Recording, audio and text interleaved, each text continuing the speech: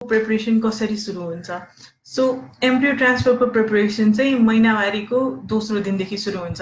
यो चाहिँ embryo transfer भन्दा अगाडि चाहिँ भ्रूण बनाइसकेको हुन्छ आइभीएफ को प्रक्रियाबाट। अनि जुन भ्रूणलाई राख्नु छ त्यो हो एम्ब्रियो ट्रान्सफर। महिनावारीको दोस्रो दिनदेखि चाहिँ मुखबाट खाने औषधि दिएर पाठेघरको भित्रको लाइनिङलाई चाहिँ हामी बाक्लो बनाउँछौँ। त्यो मुखबाट खाने औषधि चाहिँ एस्ट्रोजेन हुन्छ, जुन चाहिँ अब भ्यालेस्ट अथवा प्रोगाइनो वा अन्य कम्पनीको ब्रान्डको नाममा चाहिँ पाइन्छ। त्यो औषधि चाहिँ प्राय 10 देखि 12 दिन खाएपछि चाहिँ पाठेघरको लाइनिङ रेडी हुन्छ। पाठेघरको लाइनिङ रेडी भनेको चाहिँ पाठेघरको बाक्लोपना चाहिँ 8 देखि 12 मिलिमिटरको हुनु पर्यो। प्राय त्यो रेन्जमा पाठेघरको बाक्लोपना पुग्यो भने चाहिँ प्रेग्नेन्सी हुने सम्भावना अलि धेरै हुन्छ। सो हामीले त्यहाँदेखि औषधि सुरु गऱ्यौँ। औषधि सुरु गर्दाखेरि चाहिँ हामी 5-6 दिनमा फेरि पेसेन्टलाई बोलाउँछौँ हेर्नको लागि रिस्पोन्स राम्रो आइरहेछ कि छैन। कसैलाई चाहिँ थोरै डोज औषधिले पनि पाठेघरको लाइनिङ राम्रो बनेर आउँछ, कसैलाई चाहिँ अलि धेरै औषधि चाहिन्छ, कहिले इन्जेक्सनहरू पनि चाहिन सक्छ अथवा त्यही डोज बढाउनु पर्ने पनि हुन सक्छ। सो त्यो हेर्नको लागि चाहिँ हामी बोलाउँछौँ पेसेन्टलाई चाहिँ। अनि वेन लाइनिङ चाहिँ एडिक्वेट साइजको हुन्छ जस्तो कि 8 देखि 12, त्यसपछि चाहिँ हामी त्यो भ्रूणलाई चाहिँ राख्ने प्रक्रियातिर लाग्छौँ। त्यो राख्नुभन्दा अगाडि चाहिँ अर्को एउटा औषधि सुरु हुन्छ, प्रोजेस्टेरोन। अब हामी 3 दिनको भ्रूण राख्न आँटेछौँ भने प्रोजेस्टेरोन 3 दिनको लागि युज गर्छौँ। 5 दिनको राख्न आँटेछौँ भने 5 दिनको लागि युज गर्छौँ। अनि त्यो प्रोजेस्टेरोन भन्ने औषधि दिएर अनि अब त्यसपछि 100% रेडी भयो बच्चा ट्रान्सफर गर्नको लागि। ट्रान्सफरको प्रोसिजर चाहिँ यो एकदम इम्पोर्टेन्ट हुन्छ। यो एकदम पेनलेस प्रोसिजर हो। यो बेहोस नगरिकन गरिन्छ। अनि यसमा चाहिँ दुखाइ भन्ने चाहिँ हुँदैन। इभन त्यो साधारण प्याप्समेयर भन्दा पनि कम दुखाइ हुन्छ, किनभने यो गर्दाखेरि हाम्रो उद्देश्य भनेको सबभन्दा कम्तीमा यताउता नचलाइकन बच्चालाई चाहिँ पाठेघरभित्र राख्ने। यो चाहिँ हामी अपरेसन थिएटरमा गर्छौँ, अल्ट्रासाउन्डमा हेरेर गर्छौँ। सो यो गर्दाखेरि चाहिँ अब राम्रो खानपिन गरेर आउने, सकेसम्म अब नडराइकन आउने, अनि आउँदाखेरि चाहिँ फुल ब्ल्याडरमा अथवा पुरा पिसाब च्यापेर गर्नुपर्छ। पिसाब च्याप्ने कारण के हो भन्दाखेरि अब पिसाब च्याप्या छ भने चाहिँ अल्ट्रासाउन्डमा पाठेघर राम्रो देखिन्छ। अनि पाठेघर राम्रो देखियो भने चाहिँ हामीले कता बच्चा राख्ने, ठ्याक्क ठाउँमा राख्यो कि राखेन भनेर थाहा हुन्छ। हामीले बच्चा राख्दाखेरि चाहिँ पाठेघरको टुप्पो भन्दा 0.5 to 0.75 सेन्टिमिटर मुनि राख्दा धेरै राम्रो। त्यस्तो गर्दाखेरि चाहिँ बच्चा गएर नलीमा बस्ने सम्भावना अलिक कम हुन्छ। सो त्यो गर्दाखेरि चाहिँ बेस्ट हुन्छ। अब ओटीमा चाहिँ हामी त्यसरी बेबीलाई चाहिँ राख्छौँ। त्यो भनेको एम्ब्रियो ट्रान्सफर भयो। त्यो गरिसकेपछि चाहिँ 15 to 20 मिनट्स हजुर रेस्ट गर्नुपर्छ। 15 to 20 मिनट्स चाहिँ उठ्नु हुँदैन अनि झट्ट चाहिँ उठ्नु भएन। तर त्यसपछि चाहिँ अब फर्दर त्यसपछि चाहिँ हामी डिस्चार्ज गरेर पठाइदिन्छौँ, औषधि लेखेर पठाइदिन्छौँ। अनि त्यसपछि अब चाहिँ के गर्ने, के गर्नुहुन्छ, के गर्न मिल्दैन। अब कतिजना पेसेन्टले चाहिँ सोध्नुहुन्छ हामी अब भडाङ चढ्न मिल्छ कि मिल्दैन, बाइक चढ्न मिल्छ कि मिल्दैन, हामी सुतेर नै बस्नुपर्छ कि नुहाउन मिल्छ कि मिल्दैन, यो कमन क्वेसन्सहरू हो। सो एक्चुअली ट्रान्सफर पछि चाहिँ सबभन्दा इम्पोर्टेन्ट भनेको हजुरले मेडिसिन खानुपर्छ। हामीले जुन लेखेको मेडिसिन हुन्छ त्यसलाई चाहिँ नछुट्याइकन खानु पर्यो। त्यसपछि अर्को गर्न नहुने कुरा भनेको बिरामी सकेसम्म हुनु भएन। अब त्यो कसरी अभोइड गर्ने त? त्यो बाहिरको अनहेल्दी खानेकुराहरू नखाने, एकदम हाइजेनिक ठाउँमा खाने, इफ बाहिर खानुहुन्छ भने नभए सकेसम्म घरकै खाना खाने, हेल्दी खानेकुरा खाने। अनि कोही घरमा बिरामी छ भने त्यो मान्छेसँग चाहिँ अब अलिकति डिस्टेन्स मेन्टेन गर्ने, अथवा बाहिर जानु पर्यो भने मास्क लगाएर जाने, आफूलाई चाहिँ बिरामी हुनुबाट जोगाउनु पर्यो। जहाँसम्म चाहिँ एक्जर्सनको कुरा भयो जस्तो कि भडाङ चढ्ने अथवा बाइकमा जाने, खासमा चाहिँ भडाङ नचढ्ने मिल्ने पनि होइन, बाइकहरू नचढ्न मिल्ने पनि होइन, सामान्य भारी नबोक्न मिल्ने पनि होइन। तर सकेसम्म आफूलाई धेरै स्ट्रेस हुने कुरा चाहिँ गर्नु भएन। सो इफ अप्सन छ कि अब के अरे स्ट्रेट रोडमा चाहिँ ट्याक्सीमा जान सकिन्छ भने त्यो अलि बेटर होला होइन। तर त्यो बाइक चढ्दैमा चाहिँ बेबी चाहिँ प्रेग्नेन्सी हुँदैन भन्ने चाहिँ हुँदैन। भर्याङहरू चढ्न मिल्छ, हिँड्न मिल्छ। त्यो ट्रान्सफर गरेको बेलुकादेखि नै हिँडुल गर्न मिल्छ। अनि त्यो रेकमेन्डेड पनि छ, किनभने जति धेरै मान्छे सुतेर बस्छ त्यति धेरै दिमागमा कुरा खेलाउँछ। जति दिमागमा कुरा खेल्यो त्यति धेरै फ्री ऱ्याडिकल्स बडीमा बढ्छ। अनि फ्री ऱ्याडिकल्स बढेर चाहिँ झन् प्रेग्नेन्सी हुँदैन। एङ्जाइटी भनेको नेगेटिभ इम्प्याक्ट नै राख्छ। यो होल प्रक्रियामा। सो एङ्जाइटीलाई अभोइड गर्नको लागि चाहिँ सकेसम्म त्यो साथीहरूसँग कुरा गर्ने, घुम्ने, यताउता बाहिर जाने, घरको सबै सामान्य कामहरू गर्न मिल्छ। अब नुहाउन पनि मिल्छ। चिसो तातो पानीले चाहिँ खासै केही फरक पर्दैन। धेरै चिसो र धेरै तातो चाहिँ अभोइड गरेकै राम्रो, त्यो बाहेक खासै केही फरक पर्दैन। अनि खानेकुरा चाहिँ के खाने के नखाने, अब खासमा चाहिँ चुरोट रक्सी बाहेक चाहिँ जे पनि खान मिल्छ। चिलो पिरो चाहिँ अलि अभोइड गरेको राम्रो, किनभने त्यसले चाहिँ ग्यास्ट्राइटिस हुन्छ। अनि हामीले जुन औषधिहरू दिएको हुन्छ त्यो औषधिहरूले गर्दा चाहिँ यत्तिकै पनि खाना डाइजेस्ट छिटो हुँदैन, पेट अलिक ढम्म बढेको हुन्छ, अनि ढ्याउ आइरहेको हुन्छ। सो त्यसमा चाहिँ झन् चिल्लो पिरो खाएर झन् गाह्रो मात्रै हुन्छ। बेस्ट भनेको 6 to 8 टाइम्स चाहिँ दिनमा पानी खाने, 2-2 घन्टामा चाहिँ थोरै थोरै पोर्सनमा चाहिँ खानेकुरा खाने। खानेकुरामा चाहिँ सकेसम्म चाहिँ सागपात र फलफुलको सङ्ख्या धेरै राख्ने, अनि इजिली डाइजेस्टेबल कुराहरू खाने। अनि दुध चाहिँ खाए हुन्छ, दुध खाएको पनि राम्रै हो। अनि अर्को एउटा मिसकन्सेप्सन मान्छेहरूको चाहिँ पपाया खायो भने चाहिँ बच्चा बस्दैन, त्यस्तो पनि होइन। पाकेको कुनै पनि फलफुलहरू खाए हुन्छ। काँचो पपायामा चाहिँ एन्टी प्रोजेस्ट्रोनहरू हुन्छ, अनि त्यो चाहिँ सकेसम्म अभोइड गर्नुपर्छ। अनि चिया कफी पनि खान मिल्छ, तर थोरै मात्रामा। चिया कफी यतिकै पनि धेरै मात्रामा चाहिँ फर्टिलिटीलाई इम्पेयरै गर्छ, त्यही भएर सकेसम्म त्यसलाई चाहिँ अभोइड गरेकै राम्रो। अब how many embryos can be transferred, okay, यो पनि राम्रो क्वेसन हो।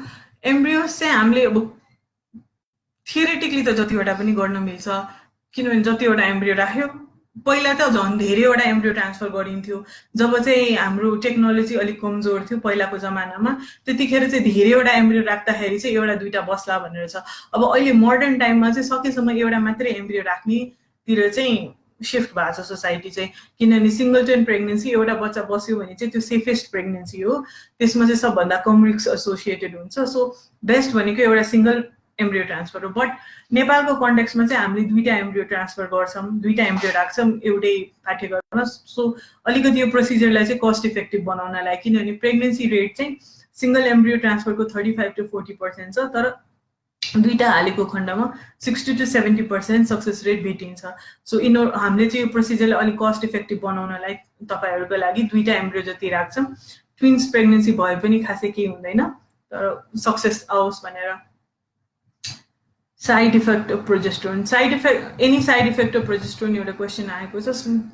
सबै औषधि जुन युज हुन्छ हाम्रो प्रक्रियामा, यिनीहरूको साइड इफेक्ट त्यस्तो सिभियर प्राय हुँदैन, तर साइड इफेक्टै नभएको औषधिहरू चाहिँ हुँदैन। अब प्रोजेस्ट्रोनले गर्दाखेरि चाहिँ कन्स्टिपेसन हुने, मुड स्विङ्स हुने, अनि त्यो नजियाहरू हुने, त्यस्तो सामान्य साइड इफेक्टहरू चाहिँ हुन्छ।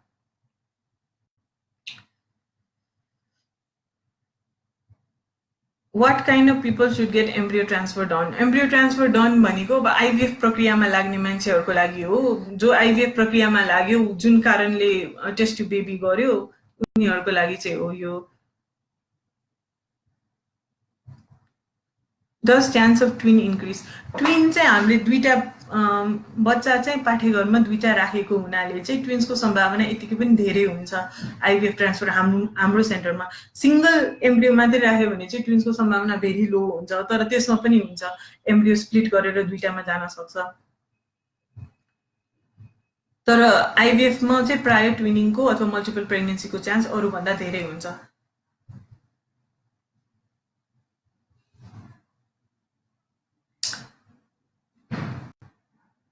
Can pregnant women go to the gym? Heavy weights, okay, heavy वेट्सहरू चाहिँ सकेसम्म अभोइड गर्ने हो प्रेग्नेन्सीमा चाहिँ, because any heavy activity is advised against, त्यो चाहिँ सकेसम्म नगरौँ। तर moderate activity, mild activity like exercise 30 minutes जति चाहिँ दिनको, त्यो चाहिँ रेकमेन्डेड छ। तर एक्सर्साइज भनेको हेभी एक्सर्साइज चाहिँ रेकमेन्डेड छैन। अब एम्ब्रियो ट्रान्सफर पछि चाहिँ नेपालीहरूको धेरै जसो हाम्रो मान्यता, हामीले भेटाउने पेसेन्टहरू चाहिँ धेरै जसो सुतेर बस्ने, अनि यताउता नगर्ने, टोयलेट जानको लागि मात्रै उठ्ने बेडबाट, ननुहाउने, अनि यो सबै कुराहरू चाहिँ खासै राम्रो कुरा चाहिँ होइन। नुहाउनु पनि इन्करेज गर्नुपर्छ। हाइजिन राम्रो भएन भने चाहिँ झन् इन्फेक्सन हुन सक्छ। अनि सुतेर मात्रै बस्यो भने पनि एङ्जाइटी धेरै हुन्छ, त्यो पनि राम्रो भएन। यो मानसिकताहरू चाहिँ चेन्ज गर्नुपर्छ। एउटा अभोइड गर्नुपर्ने भने स्विमिङ पुलमा चाहिँ सकेसम्म गएर स्विम नगर्नु, किनभने त्यसबाट इन्फेक्सनहरू सर्ने सम्भावना धेरै हुन्छ। नभए चाहिँ नुहाउनु, त्यो सबै राम्रै कुरा हो। Can you talk about clomiphene? मलाई दिएको छ। क्लोमोफिन भनेको एउटा औषधि छ जुन चाहिँ अन्डा बढाउनको लागि युज हुन्छ। त्यो चाहिँ नेचुरली प्रेग्नेन्सी ट्राई गर्ने बेलामा हुन्छ, अनि त्यो चाहिँ जसको नेचुरली अन्डा बढिरहेको हुँदैन उनीहरूको लागि हुन्छ। हाम्रो टपिकसँग चाहिँ अहिले सम्बन्धित छैन। Long distance travel allowed, long distance travel पनि अलाउड छ, प्लेनमा ट्राभल पनि अलाउड छ। हाम्रो पेसेन्टहरू चाहिँ कतिजना बाहिरबाट आएको हुन्छन्, अनि एम्ब्रियो ट्रान्सफर गरेको भोलिपल्ट नै प्लेन चढेर अर्को ठाउँमा जानुहुन्छ, त्यसमा चाहिँ केही रिस्क एसोसिएटेड हुँदैन। त्यो जुन एक्सरेहरू पनि युज हुन्छ त्यो ट्राभलिङको बेलामा स्क्रिनिङको लागि, त्यसले पनि खासै केही असर पार्दैन। सो त्यो अलाउड छ। तर लङ डिस्टेन्स जाँदाखेरि चाहिँ सकेसम्म गर्लाइन गुर्लिङ बाटोमा नजानु, प्लेनमा ट्राभल गर्नु।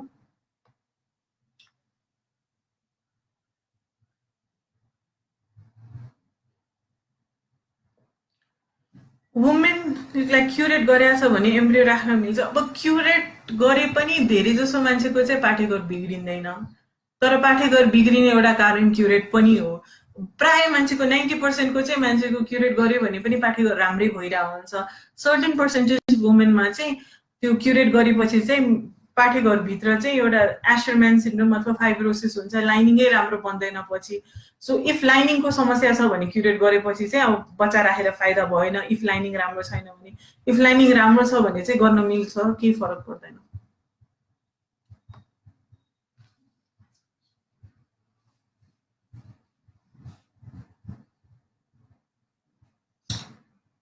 ओके, अरू क्वेसन्सहरू हेर्दैछु।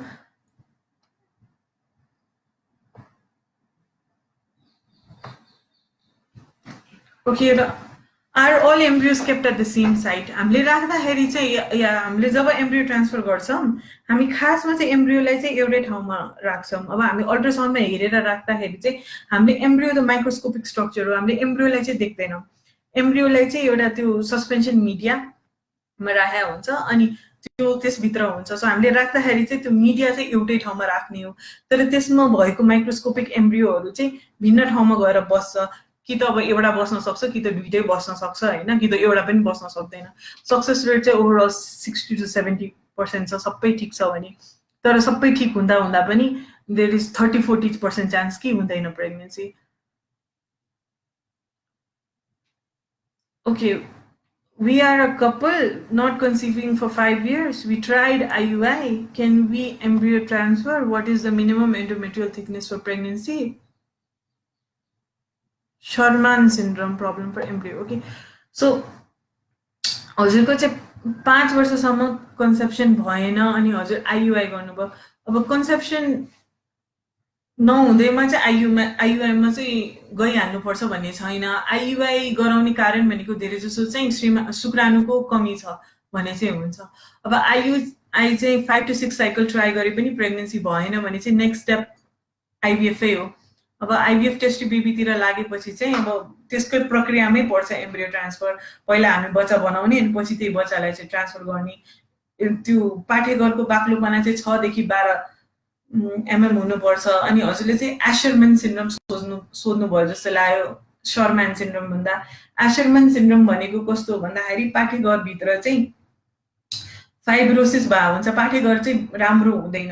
एसरम्यान सिन्ड्रोममा चाहिँ प्रेग्नेन्सी हुने सम्भावना एकदम कम हुन्छ। त्यसको लागि चाहिँ पहिला हिस्ट्रोस्कोपी गरेर अनि एसरम्यान सिन्ड्रोम त्यो हिस्ट्रोस्कोपी गरेर पहिला ट्रिटमेन्ट गर्नु पर्यो। ट्रिटमेन्ट गरेर पछि फेरि लाइनिङ राम्रो बनाउन ट्राई गर्नु पर्यो। त्यो गरेर अनि भयो भने अनि हुन्छ जस्तो लाग्यो भने चाहिँ मात्रै हजुर यो प्रक्रियामा लाग्यो हुन्छ।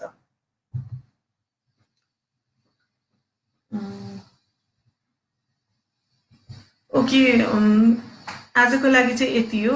थ्याङ्क यू, धन्यवाद मलाई सुनिदिनुको लागि।